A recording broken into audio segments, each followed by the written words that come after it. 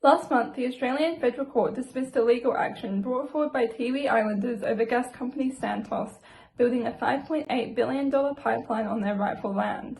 The pipeline is planned to come within 7 kilometres of Cape Fauquaroi, a site of significant cultural meaning for Dangalaba and Larrakia people who were the traditional owners of the country.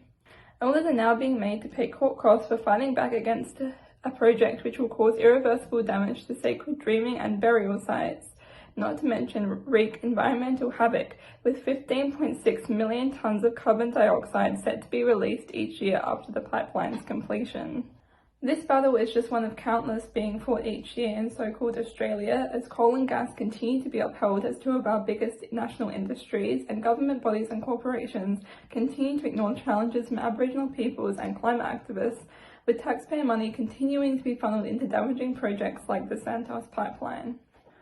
This is where SEED comes in. SEED is an Indigenous youth climate activism organisation, and their mission is to fight the climate crisis with a focus on climate justice.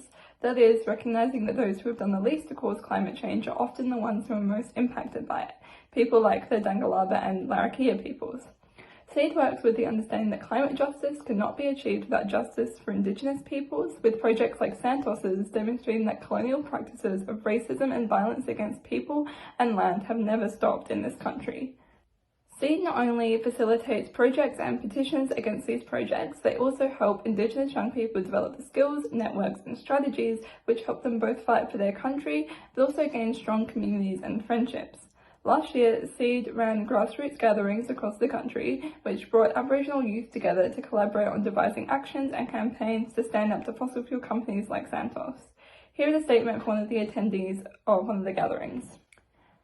The SEED Regional Training Camp was a really influential experience for me, as it's the first and only time I've been surrounded by that many other Indigenous people who are also passionate about change and climate justice. It was a great opportunity to meet people as well as share stories and learn from one another. I left that weekend not only knowing more about the impacts climate change has on Indigenous Australians and what I can do to help incite change, but also with new friends who feel the same way. SEED covers all the costs of running the workshops, travel and accommodation, allowing as many people as possible to engage in these conversations and in doing so devise the strongest community-led solutions. Through these gatherings, as well as their presence at First Nations events such as Survival Day, SEED provides a vital space for knowledge sharing, friendship and empowerment. Along with this, SEED also provides educational resources for allies and works within the schools, developing a strong basis for young people to not only help but lead the fight against the climate crisis. SEED needs donations to keep these programs going and ensure that they can continue for free for their participants and prevent fossil fuel companies from continually threatening and destroying sacred spaces. As the colonial project continues in full force in so-called Australia, First Nation-run projects like SEED are vital. Please also check out SEED's website and social media to hear from First Nations people talk about their own relationship to climate and country, and to learn more about the kinds of projects SEED works on.